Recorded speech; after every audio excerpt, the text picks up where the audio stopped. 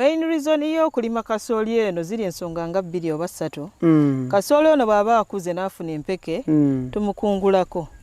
ne tumutwala mu granary yaffe ekyaji kyaffe ekya kasooli gyewalabye ne tumutereka eyo tumutereka ne tufunako akawunga abasajja baffe ku faamu ke balyako ne tufunako kasooli ono tumukuba mu budde bw'omusana ennyo ng'omudde tetuyina muyitirivu tumukuba embuzi zaffe naddala ez'enzungu oba zino eziri amawako ne tuziwa ku broken at the same time remains zino ziba zisigadde mu nnimiro kasooli ono aba akaze ebikoola n'obusole obuba busigaddemu tubusaawa okuva ku ttaka ne tuleeta ekyuma ekikuba silage ne tubusaawasaawa ne tufuna silage bags zaffe ne tumutereka era oyo silage tumuwa kusinga mbuzi ezigenda okuzaala n'embuzi ezakazaala so tumuwa budde obwo ng'omuddo tegumala. Njagala tutunuulire silage kye ki mu Luganda? Silage nkugambe nti kwe kugira gamba kati silage mu kiseera kino tukozese kasooli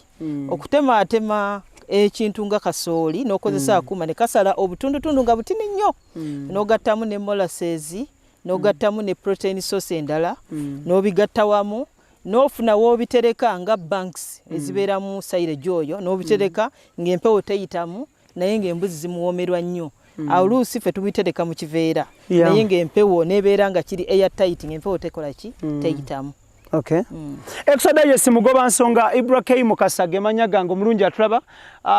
wano wetuli omukyala alima kasooli naye nga mulima lwa bigendererwa ebisoba mu kimu. Abasinga mulima kasooli batulima kasooli nga wakujjamu kasooli akuwa obuwunga oba tutunde kasooli ku katale tusobole okufuna ssente.